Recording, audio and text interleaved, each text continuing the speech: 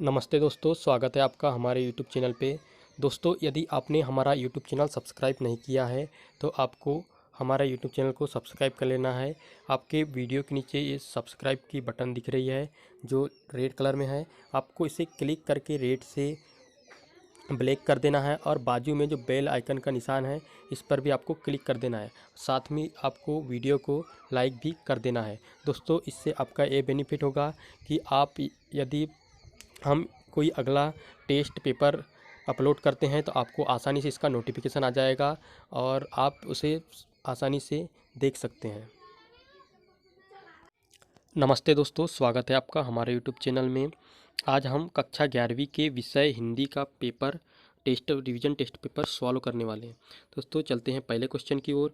पहला क्वेश्चन है कि निम्नलिखित गद्यांश को पढ़कर उत्तर दीजिए। तो हमें जो यह गद्यांश है इसे ध्यानपूर्वक पढ़ना है और इसके नीचे दिए गए प्रश्नों के उत्तर देना है। तो पहला क्वेश्चन है कि अष्टाध्यायी में कौन सा समास है। तो इसका आंसर हो जाएगा कि अष्टाध्यायी में द्विगु समास है। दोस्तों, हमें पता होना चाहिए कि द्विगु समास की एक्चुअल में डेफिनेशन है वह क्या होती है। दोस्तों, द्विगु समास वह समास होता है जिसमें जो प्रथम पद है, प्रथम पद संख्यात्मक संख्या का बोध कराए, वह द्वितीय पद अवयवी हो, तो उसे हम कहते हैं द्विगु समास। जैसे कि बात करें अष्टाध्यायी की, तो अष्टाध्यायी हमें अष्टधन अध्याय से मिलकर बना है, तो यह अष्टाध्यायी हो जाए। मतलब इसका जो पहला पद है यह अष्ट, ये संख्यात्मक संख्या का बोध कराता है। उसी प्रकार हो गया पंचवटी। पंचवटी में भी जो पहला पद है यह संख्यात्मक संख्या का बोध कराता है। चतुर्भुज मतलब इस प्रकार के जो शब्द हैं जिनका जो पहला पद है जो हमें संख्यात्मक संख्या का बोध कराए तो वह द्विगु समास होता है। उसी प्रकार बात करें द्वंद्व समास की, तो हमें द्वंद्व समास की परिभाषा पता होना चाहिए, क्योंकि जो ये हाफ ईयरली आपके रिवीजन टेस्ट हो रहे हैं इसमें आपको द्विगु समास का उदाहरण पूछ लिया है।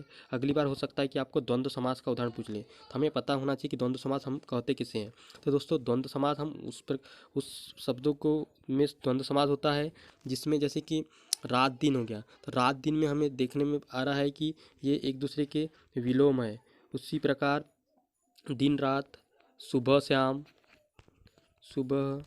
श्याम, माता पिता, इस प्रकार के जो शब्द हैं जिनमें हमें विरोधाभास दिखता है, जैसे कि रात और दिन विलोम हो रहा है, तो इस प्रकार के शब्दों में हम द्वंद्व समास होता है। अगला क्वेश्चन है कि सज्जन की संधि है, सज्जन में कौन सी संधि उपस्थित है। दोस्तों, जब इसका हम संधि विच्छेद करेंगे सज्जन का, तो सत झन जन हो जाएगा।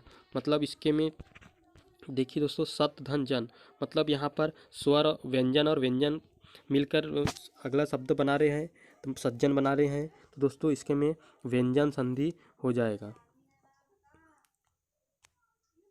उसी प्रकार अगला क्वेश्चन है कि व्यक्तित्व का विलोम शब्द है, तो व्यक्तित्व का विलोम शब्द लीजिए। दोस्तों, इसमें थोड़ा कन्फ्यूजन है, आप अपने स्तर पर इसे खोजकर कमेंट्स बॉक्स में बता सकते हैं। दोस्तों, जो दूसरा और तीसरा क्वेश्चन है इनका आंसर हमको गद्यांश में ध्यानपूर्वक पढ़ना है और वहीं से इसका आंसर कर लेना है।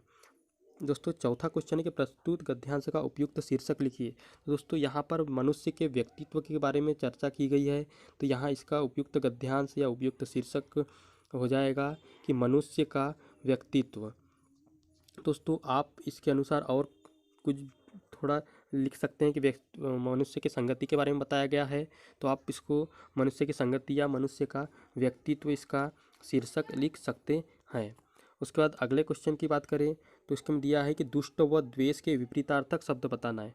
दोस्तों, दुष्ट मतलब होता है कि ऐसा व्यक्ति जो मतलब दुष्ट हो, तो उसका जो विपरीतार्थक शब्द हो जाएगा, मतलब विलोम शब्द हो जाएगा, वह सज्जन हो जाएगा।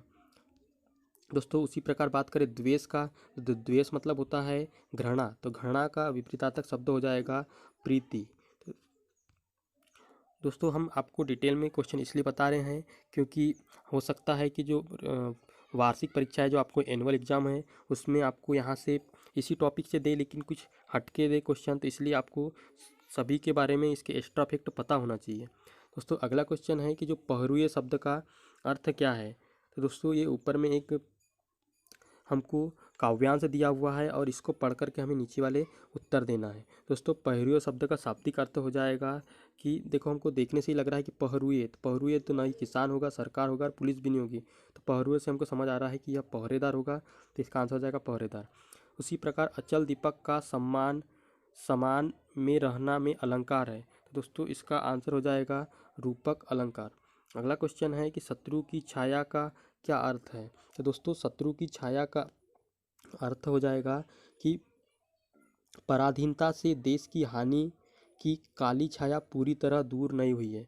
मतलब शत्रु की छाया मतलब जो हमारे देश अंग्रेज़ों का गुलाम था, पराधीन था, तो उससे जो हमारे देश को हानि हुई है, उसकी जो काली छाया पड़ी है वह पूरी तरह से अभी हटी नहीं है।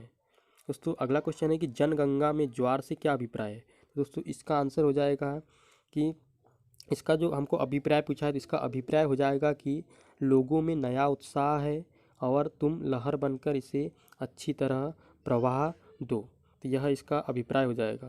दोस्तों आपको यदि वीडियो फास्ट लग रहा होगा तो आप इसको दोबारा सुनकर इसका आंसर लिख सकते हैं। उसी प्रकार अगला क्वेश्चन है कि अचल और अमर शब्दों में विपरीतार्थक शब्द बताना है, तो मतलब दोस्तों हमको अचल और जो अमर शब्द हैं इनके विलोम शब्द बताना है। तो अचल का मतलब जो चल नहीं सकती, स्थिर है, तो उसका हो जाएगा जो उसका विलोम हो जाएगा वह चल हो जाएगा, मतलब जो चल सकती है। उसी प्रकार जो अमर शब्द है, अमर शब्द मतलब जो कभी न मरने वाला, तो इसका जो विपरीत पूछा है, विलोम पूछा है, तो इसका हो जाएगा मृत्यु हो जाएगा। दोस्तों उसी प्रकार देखते हैं आगे की ओर क्वेश्चन कौन से हैं। दोस्तों खंड ब है, तो इसके में आपको जो तीसरा वाला क्वेश्चन है इसमें आपको एक छात्रावास में रहने वाले अपने छोटे भाई को पत्र लिखना है, तो आपको इसके में पत्र लिखना है। और नीचे वाला जो सेकंड वाला दिया है इसके में एक प्रार्थना पत्र लिखना है कि जो हम ऑनलाइन अध्यापन में आने वाली समस्याओं के बारे में अवगत कराना है कि किस प्रकार हमारे को कौन सी प्रॉब्लम जा रही है जिसके कारण हम ऑनलाइन क्लास नहीं लगा पा रहे हैं।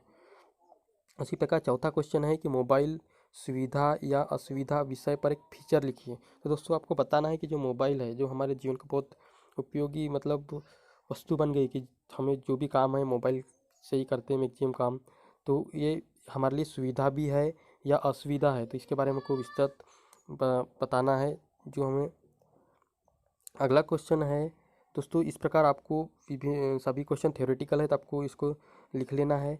अब अगले क्वेश्चन की बात करते हैं, छठवां क्वेश्चन, इसके में सत्य असत्य है, तो हम आपको सत्य असत्य बता देते हैं। दोस्तों पहला क्वेश्चन है कि शब्दकोश शब्दों का भंडार है, तो दोस्तों इसका आंसर ये मतलब ये सत्य हो जाएगा, क्योंकि जो शब्दकोश है मतलब जो डिक्शनरी है उसके में क्या होता है, विभिन्न वर्ड होते हैं मतलब शब्द होते हैं, तो वह जो शब्दकोश से क्या हो जाएगा, शब्दों का भंडार हो जाएगा।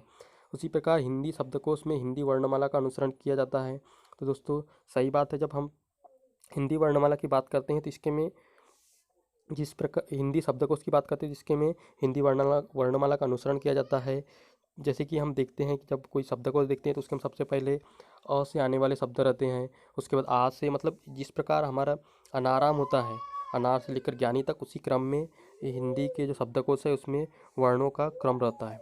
उसी प्रकार बात करें हिंदी शब्दकोश में संयुक्त व्यंजन सबसे अंत में आते हैं, तो दोस्तों इसका थोड़ा कन्फ्यूजन है, तो आपको इसको मेरी ओर से तो असत्य है, लेकिन आप इसको अपने स्तर पर एक बार और चेक कर लेंगे। दोस्तों अगला क्वेश्चन है कि विश्वकोश के अंतर्गत ज्ञान की सभी महत्वपूर्ण शाखाओं की जानकारी दी जाती है, तो दोस्तों इनका आंसर सत्य हो जाएगा। अगला क्वेश्चन है कि एक साहित्यकार द्वारा अपने साहित्य में प्रयुक्त संपूर्ण शब्दों का कोश व्यक्ति कोश कहलाता है, तो इसका भी आंसर सही हो जाएगा।